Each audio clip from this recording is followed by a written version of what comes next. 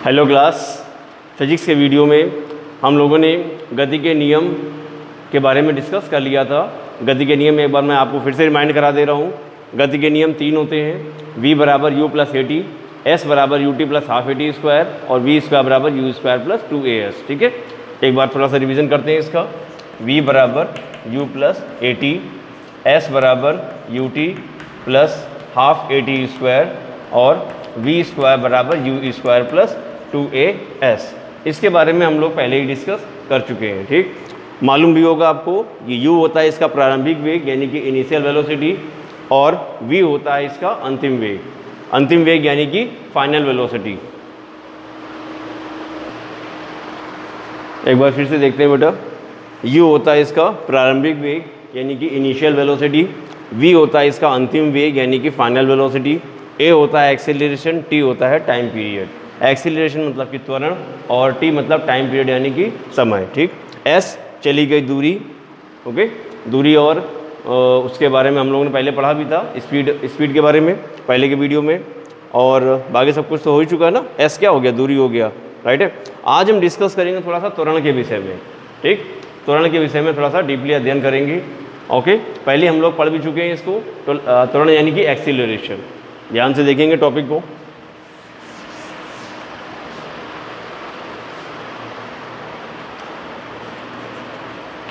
त्वरण, एक्सीलरेशन, ये क्या होता है इसको थोड़ा सा आज समझना है। ठीक है, त्वरण क्या है? देखिए, त्वरण मतलब होता है वेग परिवर्तन की दर।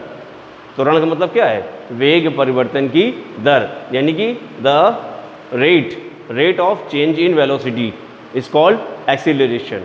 Rate of change in velocity is called acceleration. ठीक, जैसे हम लोग किसी बाइक से जा रहे हैं, कार से जा रहे हैं, एरोप्लेन से जा रहे हैं, रेलगाड़ी से जा रहे हैं या पैदल ही चल रहे हैं। ठीक, और अचानक हमारी जो स्पीड है, जो एक पर्टिकुलर स्पीड है, वो तो हो गया हमारी u यानी कि प्रारंभिक वेग। ठीक, और जब हमारा एक्सीलरेशन हुआ, एक्सीलरेशन मतलब क्या कि जब त्वरण आया तो हमारे वेग में परिवर्तन हो गया, मतलब कोई हमने स्पीड अपनी चेंज कर ली। ठीक है, जैसे हम दौड़ते चल रहे हैं, ठीक, अचानक पत्थर लगा और हमारी स्पीड क्या हो गई, कम हो गई, तो हमारे वेग में परिवर्तन हो गया, यानी कि वेलोसिटी हमारी चेंज हो गई। वेलोसिटी क्या हो गई, चेंज हो गई। ठीक, या आप एग्जांपल समझ सकते हैं, जैसे हम लोग बाइक से कहीं जा रहे हैं, ठीक, बाइक से जा रहे हैं, मान लिया दूसरे गियर पर बाइक चल रही है, फुल एक्सीलरेटर लिया हुआ है और हम लोग चल रहे हैं अपनी स्पीड से। ठीक, अचानक हमने गियर चेंज किया और एक्सीलरेटर ले लिया, तो क्या हो गई, स्पीड बढ़ गई। ठीक है, तो वो एक्सीलरेटर तो देखो उतना ही होता है बाइक में, वो काम कब करता है, जब हमारा गियर चेंज हो जाता है। ठीक, तो उसी चीज़ वहीं से वर्ड बना हुआ है एक्सीलेटर। ठीक, कहाँ से वर्ड बना हुआ है, एक्सीलरेशन से। एक्सीलरेशन मीन्स क्या हो गया, त्वरण। क्या हो गया, त्वरण। ठीक, तो इसकी परिभाषा लिखेंगे, वेग परिवर्तन की दर। त्वरण क्या होता है, वेग परिवर्तन की दर को त्वरण कहते हैं।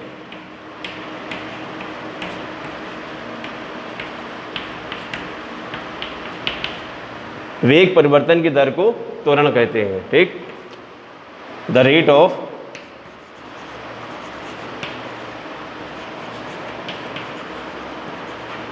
Change in velocity,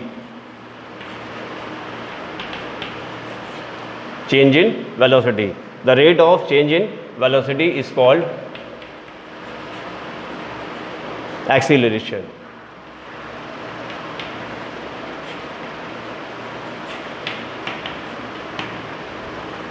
change in velocity, अभी हम लोगों ने सीखा था कि वेलोसिटी कितनी टाइप्स की हो गई, दो टाइप्स की। ठीक, वेलोसिटी यानी कि वेग कितने प्रकार का, दो प्रकार का। कौन कौन सा वेग, एक तो प्रारंभिक वेग और एक हमारा अंतिम वेग। ठीक, जितनी स्पीड से हम पहले चल रहे थे वो हो गया हमारा प्रारंभिक वेग, चाहे वो तेज हो चाहे धीमे हो। ठीक है, जितनी स्पीड से हम पहले चल रहे थे वो प्रारंभिक वेग हो गया, और कुछ होने के बाद एक्सीलरेशन हो गया या कोई भी ऐसी घटना घटी जिसके बाद हमारा वेग क्या हो गया, चेंज हो गया। ठीक, तो वो जो अंतिम वेग आया, चाहे वो घट गया हो चाहे बढ़ गया हो, ठीक है, तो वो हमारा क्या कहलाएगा, वो कहलाएगा हमारा v यानी कि अंतिम वेग। ठीक, तो एक हो गया हमारा प्रारंभिक वेग और दूसरा क्या हो गया अंतिम वेग यानी कि v।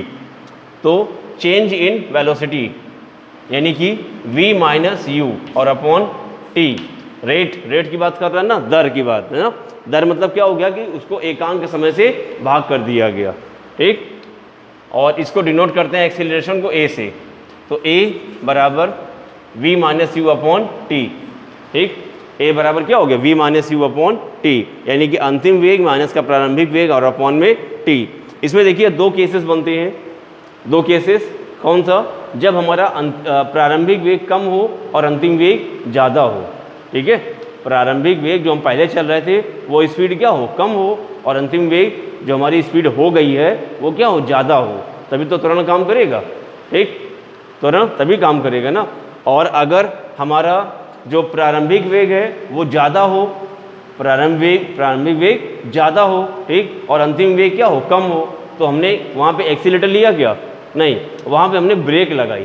क्या लगाई, ब्रेक। अब हम कोई भी स्पीड में चल रहे हैं, मान लिया गाड़ी 60 की स्पीड से गाड़ी चल रही है, ठीक, 60 की स्पीड से गाड़ी चल रही है, ठीक, तो एक्सीलेटर लेने पे स्पीड कम थोड़ा ना हो जाएगी, कम हो जाएगी क्या, नहीं, स्पीड क्या होगी, घट जाएगी।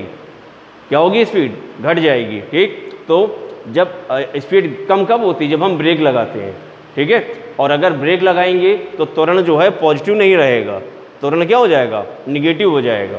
क्या हो जाएगा, निगेटिव। और जो ऋणात्मक त्वरण होता है उसको हम लोग बोलते हैं मंदन। क्या बोलेंगे, मंदन, यानी कि रिटार्डेशन।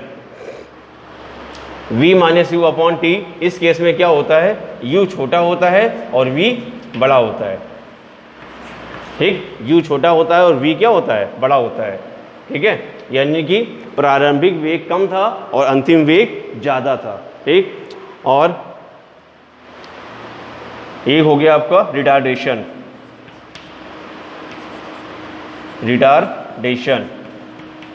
यानी कि मंदन। मंदन भी आपका एक्सेलरेशन से ही जुड़ा हुआ टॉपिक है, ठीक। मंदन क्या हो गया, ऋणात्मक त्वरण को मंदन कहते हैं। ऋणात्मक त्वरण को क्या कहते हैं, मंदन।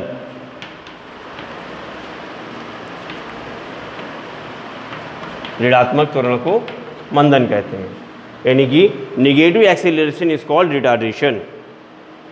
क्या हो गई इसकी definition, negative acceleration is called retardation, ठीक। Negative acceleration is called retardation. तो रिटार्डेशन की अवस्था में क्या हो जाएगा, आपका u बड़ा हो जाएगा और v छोटा हो जाएगा। u क्या हो जाएगा, बड़ा हो जाएगा और v छोटा हो जाएगा, ठीक है।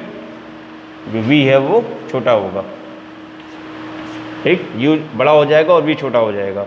तो जब आप यहाँ पर v minus u upon T करेंगे तो आपको वैल्यू क्या मिलेगी, निगेटिव मिलेगी। वैल्यू क्या मिलेगी, निगेटिव। ये माइनस का a आ जाएगा, ठीक। क्या आ जाएगा, माइनस का a, यानी कि जो भी आपका एक्सीलरेशन है वो निगेटिव हो जाएगा। एक्सीलरेशन क्या हो जाएगा, निगेटिव, यानी कि माइनस में आंसर आएगा, ठीक। तो यहाँ पे आप चिन्ह लगाएं चाहे ना लगाएं, वैसे भी इसकी वैल्यू निगेटिव ही आएगी क्योंकि u बड़ा है और v छोटा है, ठीक। ये हो गया आपका रिटार्डेशन और एक्सीलरेशन के बारे में, ठीक। इसको नोट कर लीजिए, नोट कर लीजिए, हो गया। अब मैं आपको एक सवाल बोल रहा हूँ, वो आप नोट करेंगे, ये आपका त्वरण पर बेस होगा, ठीक। नोट कर लीजिए।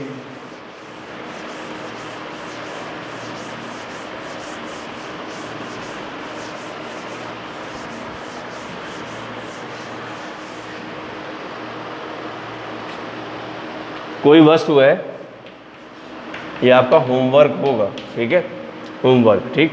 कोई वस्तु है, मान लिया वो प्रारंभिक अवस्था कितनी, u बराबर मान लिया 70 किलोमीटर पर आवर की स्पीड से चल रही है, ठीक।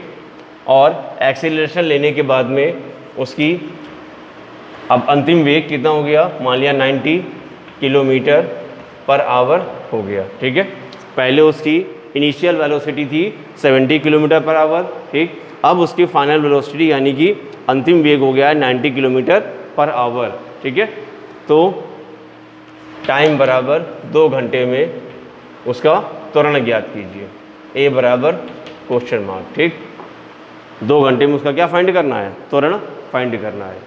ओके, और एक क्वेश्चन और नोट कर लीजिए। सेकंड नंबर, किसी वस्तु की प्रारंभिक स्थिति प्रारंभिक वेग यानी कि यू सपोज दैट था 5 किलोमीटर पर आवर।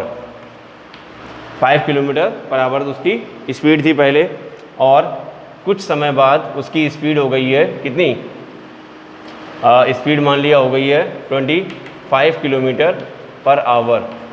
ठीक, और टाइम कितना लिया उसने इस स्पीड से इस स्पीड में आने में, यानी कि 5 किलोमीटर पर आवर की स्पीड से 25 किलोमीटर पर आवर की स्पीड में आने में उसने मान लिया 30 मिनट लिए। कितना, 30 मिनट्स लिए। ठीक, तो उसका एक्सेलरेशन फाइंड करना है आपको। ठीक है, दोनों में आप जानते हैं फॉर्मूला कौन सा लगाएंगे, एक्सेलरेशन ए बराबर v minus u upon t. क्या लगाएंगे, v minus u upon t, यानी कि इस v से इस u को माइनस कर देना है और t से डिवाइड कर देना है। ठीक, यहाँ पर आपको एक काम करना पड़ेगा कि ये जो आपका मिनट में है इसको आवर्स में कन्वर्ट करना पड़ेगा। ठीक, और यहाँ पर कोई भी कन्वर्जन नहीं है, किलोमीटर पर आवर में भी दिया हुआ है, किलोमीटर पर आवर में भी है, और आवर्स में आपका टाइम भी दिया हुआ है। ठीक, तो यहाँ पे कोई भी कन्वर्जन नहीं करना पड़ेगा। ओके, इसमें आपको मिनट्स को आवर्स में कन्वर्ट करना पड़ेगा। ठीक, तो मिनट को आवर्स में कैसे कन्वर्ट करते हैं, 60 से डिवाइड करके। ठीक, यहाँ पर हम 60 से डिवाइड कर देंगे तो 30/60 यानी कि 1/2 आवर इसका आंसर आ जाएगा। आंसर नहीं आएगा, वो मतलब टाइम आ जाएगा। ठीक, फिर आप ए निकालने के लिए v minus u upon T करेंगे तो भी इसका आंसर आप मिल जाएगा आपको। ठीक है, तो ये है आपका वीडियो। हाँ, 29 तारीख से 29 अप्रैल से आप लोगों का इस बार का न्यू सेशन स्टार्ट हो रहा है। ठीक, न्यू सेशन यानी कि नए सत्र की पढ़ाई आपकी, जैसे जो भी क्लास है आपकी, तो उस सत्र की पढ़ाई आपकी 29 अप्रैल से स्टार्ट हो जाएगी। इसीलिए सभी बच्चों से एक रिक्वेस्ट है कि जल्दी से जल्दी अपनी वो नए सिलेबस की बुक्स वगैरह खरीद लें, बुक्स खरीद लें, कॉपी खरीद लें, ताकि पढ़ाई में कोई भी बाधा उत्पन्न ना होने पाए। ओके, धन्यवाद।